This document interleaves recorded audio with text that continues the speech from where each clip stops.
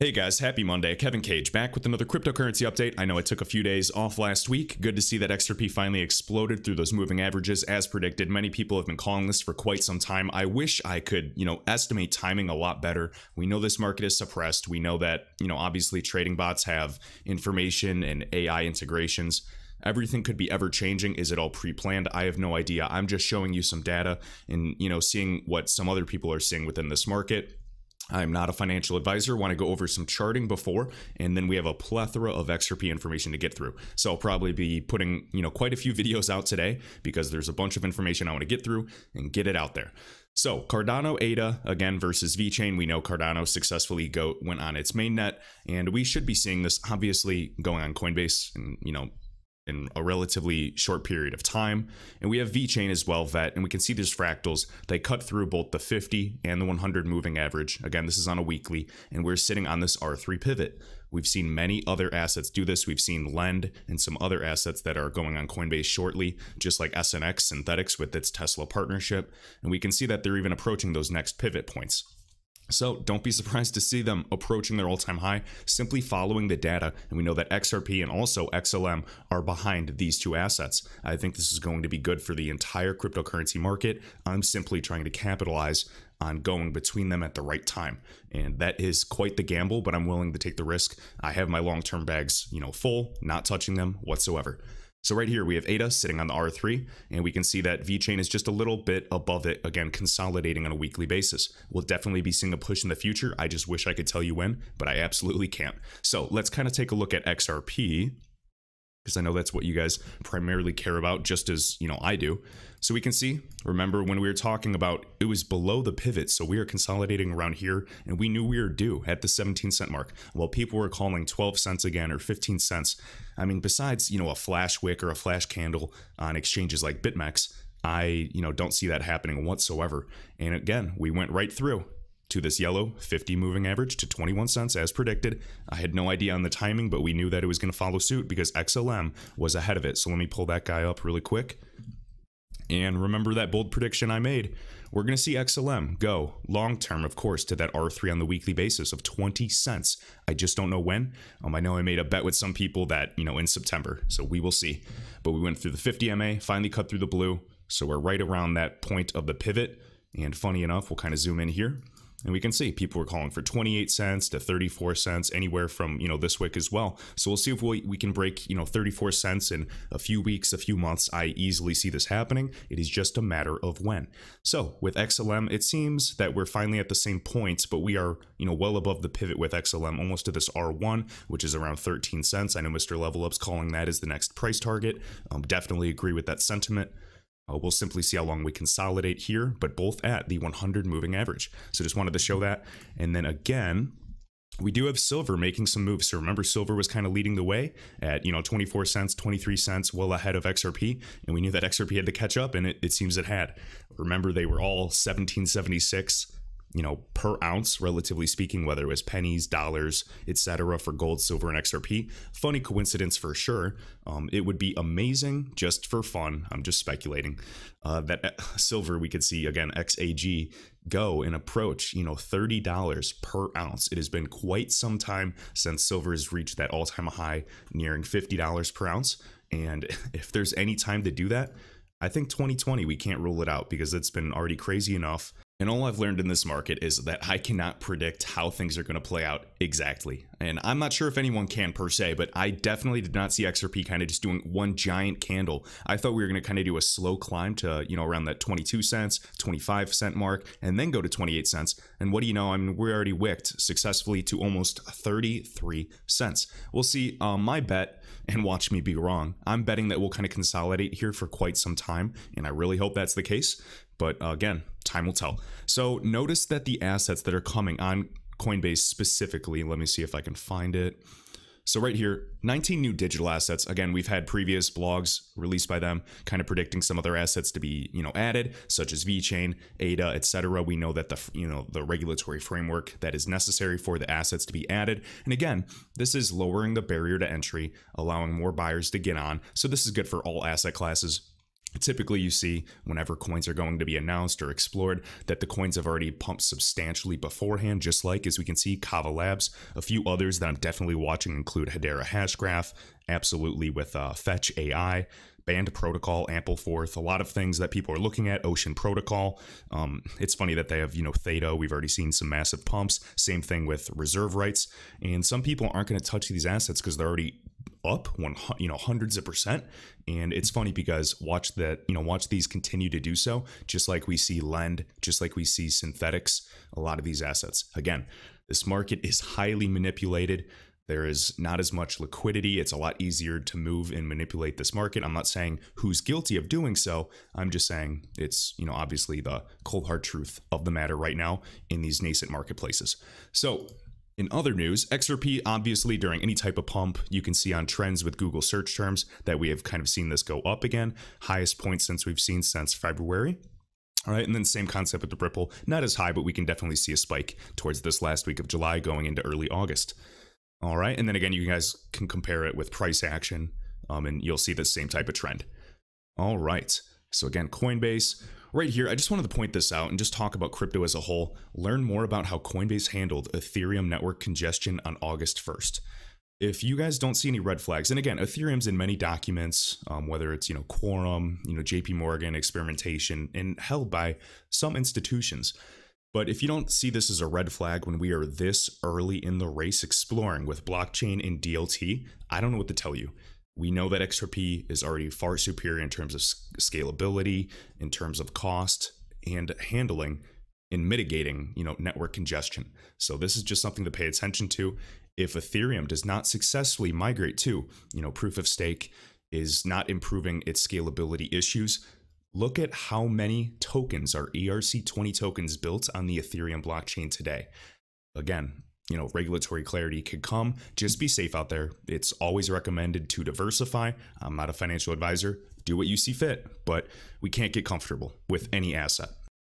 All right, next up, I want to tie in again Finabler, another RippleNet partner with roughly 9,000 financial institutions. And this is just the tip of the iceberg, as I always say, and we'll also show some additional connections with Ripple, with the UAE, with Express Money, directly integrated with Alipay, Google, etc.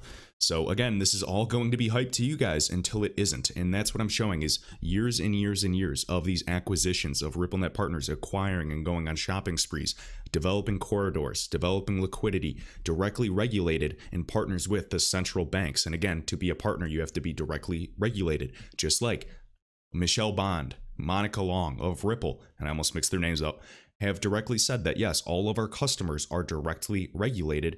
Therefore, we are directly regulated. We're going to show some central banks below. We already know easily the top 40 and 50 should be no surprise. Just repeating this for newcomers. So Ripple partner, Finabler is how I pronounce it, is creating a massive crypto ecosystem that includes central banks, cross-border payments. Again, XRP's primary use case right now is focused on payments. Now, what kind of verticals can we kind of get into from there? Who knows? We already know that we've been exploring lending for quite some time, and we are just at the beginning. Payroll for cross-border gifting, innovations, etc. So this is just one company creating future utility. Again, I just want to emphasize that. Well said. So right here, just to show you a few pictures. Again, UAE Exchange. Remember, Brad Garlinghouse kind of known as one of the most, influential people in fintech in the Middle East out there. Something to pay attention to. We are all going to a distributed landscape. It's not just going to be XRP, but I'm just showing you some, high evidence that we will see some substantial adoption in the future. Right, and that is just my opinion. All right, talking about remittance, talking about cross-border, hundreds of millions of dollars moving daily. All right, so we can kind of go through UAE Exchange, etc. Just showing you some of these, all enabled with Finabler. We know their partnerships with groups like Samsung as well. And I know that we've also had crypto wallets and, being developed for quite some time with Lumens and many other assets. So Finabler's central bank partners and others is impressive. 9,000 financial institutions to integrate cross-border payments. So they integrated with Ripple for a reason. Was it just simply messaging, or are they looking to integrate the whole suite and include settlements, which obviously, as there's more on-ramps, more liquidity, more volume, XRP becomes the most cost-affordable and fastest choice, bar none. We can see, again, central banks just listed all right here. I don't even need to name them. You guys can pause the video, take a screenshot. You guys can find these documents as well. Again, Matthew, L-I-N-Y, is always sharing this daily. All right, so we can see global money transfer companies. UAE Exchange is a leading financial service brand established in the United Arab Emirates. You can see 27 countries, 1,200 Express Money stores. Again, we've talked about Express Money, 170 plus countries. And of course, we've seen other groups expanding to the 47 countries we'll go over in the next article, I believe. Just as I've said, Finabler is also partnered with Samsung Pay and Alipay. Alipay is the largest mobile network in the world. Ripple was meeting with China's central bank, whether it was only as a consultant in 2017, who knows, whether it was just to kind of advise going digital to integrate for remittance and cross-border payments and interoperability, who knows, but I just think that that speaks volumes because we understand what China's doing with the DCEP, their digital currency electronic payments. All right, we can see right here just additional partnerships, cross-border payments, Samsung Pay with Finabler, Express City.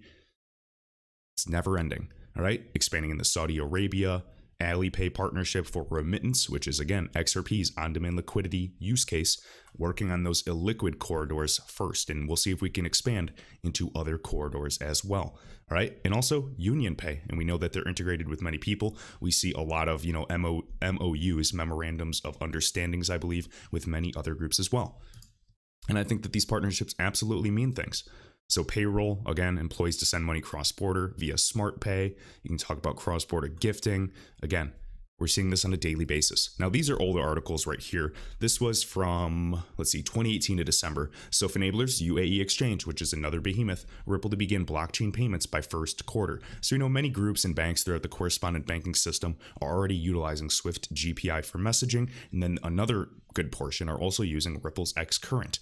But we want them to use, again, formerly XRapid, we want them to use ODL. All right, it's been a few years, and I think that we are still going to see that. Some people say, if this was going to be the case, it would have happened years ago. XRP is going to fail. I highly, highly disagree. There's not going to be some new asset that pops out of nowhere that they just flip a switch and it replaces XRP. They've been going a good 8 years in development for the service. Central banks are by nature extremely conservative. And guess what? Compared to any other open sourced, open network, the XRP ledger has successfully processed well over 55 million ledgers successfully closed and never had an error. Again, there's no issues of double spending like Bitcoin. Whether you guys like Bitcoin, XRP, Ethereum, I wish you all well. I'm just saying that XRP is best positioned to integrate with central banks and solve the payments problem. Whether it's smart contracts or store of value or whatever narrative you guys want, I absolutely respect that. As long as you can keep an open mind. All right, so right here, guys, even Asia was one of the biggest recipients of roughly $613 billion in remittances sent globally. And as we can see, expatriate workers in the Middle East as well. Huge exchange. Finabler is, again, a behemoth there, one of the main players. So this is significant. And I just have a hard time finding a country or a region, I should say, that is not integrated with RippleNet per se. All right, whether it is, the APAC region, whether it is Southeast Asia, whether it's, MENA, again, Middle East, Northern Africa, whether it's throughout the Latin America or the Americas as a whole, the whole Euro system with T2 integration, it's all right in front of you guys. And I know that the price is low. You might not believe it, but these things can happen relatively quickly, whether it's end of year or a few years from now. I think that there's not going to be a better opportunity for, potentially earning generational wealth.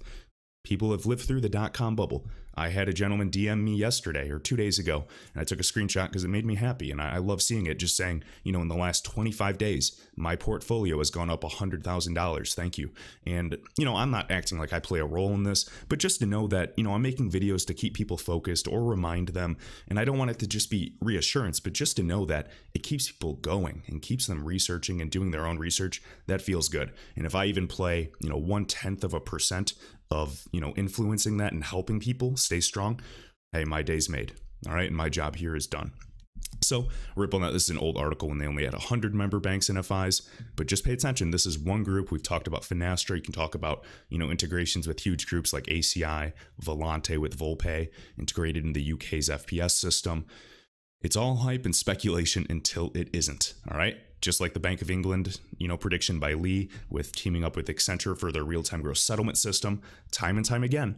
We're going to see that. And just remember, there were content creators, there were people on Twitter, there were bloggers, everybody was staying strong through this bear market. Remember who didn't give up. You're going to see a bunch of hype boys coming back onto YouTube, and they do not understand this ecosystem as well as you and I, period. Just remember who had your back, who knows what they're talking about, is always doing their own research, and is not stuck with a myopic view of things and seeing things one way. If I do see something bad with XRP, truly alarming, and I understand that it's much more than just FUD, yes, I will tell you guys, I will get out. I'm not in love with this investment, but from a fundamental perspective, I don't see a better option right now. So whether you hold, 5 assets or 20 assets, XRP is absolutely in my portfolio. It has some of the strongest and most sound fundamentals, period. All right, Ripple's not valued at $10 billion, one of the highest valued private companies in history, for no reason. And let me tell you that. All right, and Ripple derives its value from XRP as well. So you can see that, the original investors, when you trace it back, have a vested interest. All right, we'll talk about this in future videos because I know I'm ranting again as always. But again, talking about Samsung Pay integrating with Finabler. We already knew that. Talking about 47 countries, we see a lot of these repeating countries again. Some of them are illiquid corridors like the Philippine peso. All right, Thailand, Vietnam, Mexican peso with Bitso. We're seeing network effects take place. Again, Metcalfe's law, I believe that's how you pronounce it. We can see Moore's law, all of them just taking over. All right, and we'll finish up with this, guys. So I know you've seen this article. Again, Ripple CTO, again, Joel Katz on Twitter, aka David Schwartz, says the lack of smart contracts is good for the XRP ledger, but did admit that Ethereum was widely successful. And I'm interested to see why he's saying was. Perhaps words mean things, but maybe I'm just, overanalyzing it. So David Schwartz again was speaking with Stephen Thomas. Keep in mind, Stephen Thomas is now over at Coil. He was the former CTO of Ripple. He, and I repeat this a lot, but just so you guys know, because I've watched tons of videos of Stephen speaking, is he actually did code Bitcoin from scratch as well. And when he went through XRP, he knows that there's no ability to double spend and, basically submit fraudulent transactions on the XRP ledger. It's a lot more sound. We have literally financial institutions using XRP in payment flows today. They're not using Bitcoin. And I'm not talking about a merchant saying, oh yeah, you can, shop on Amazon using Bitcoin. That's a very big difference. All right. So again, talking why they did not introduce smart contracts on the XRP ledger itself in the first place, because they wanted to focus on payments. And so Ethereum was chosen to do so. And yes, from a price point, from adoption, from, assets being built upon it, it was and is to this day relatively successful. But they better really step up because there's a big future ahead and innovation, competition is coming. Remember, cooperation and competition, co-opetition. So right here, they're kind of talking about why the XRP ledger is better off without smart contracts. So he took Ethereum as an example. Smart contracts, Schwartz said, made a platform worse for conducting payments. Again, XRP's primary use case. Besides, the Ripple CTO said they infect their blockchain with fee rates jumping up and down, creating problems with performance and generating many weak points for attackers to exploit. Interesting. All right. It's talking about that again, fee instability, performance issues, lots of, attacks can surface, and hopefully they made the right choice and only time will tell. There's not going to be one asset that does everything. We want to see, a level playing field, services, protocols, ledgers, all have interoperability and be agnostic for value transfer. And that is what is going to win this race. All right. If they want to try to get Facebook Libra to take over and win and force that into, winning, it's because they know that Libra, that permission database masquerading as blockchain, would not win on its own. Exactly. Again, DLT, about financial inclusion, about, openness, mutual trust within an ecosystem. And of course, there's additional benefits that we could go on and on about, but this is the future, like 100%, zero doubt in DLT. And you guys just have to do your own research. Don't just watch my channel. Do your own research, find people you like, find people you trust. You can disagree with me 100%, that's fine, but keep looking because we're all trying to figure out what's happening before it does. And those that choose correctly and speculate correctly are going to make a lot of money, period. All right, appreciate it as always, guys. I will see you in the next video.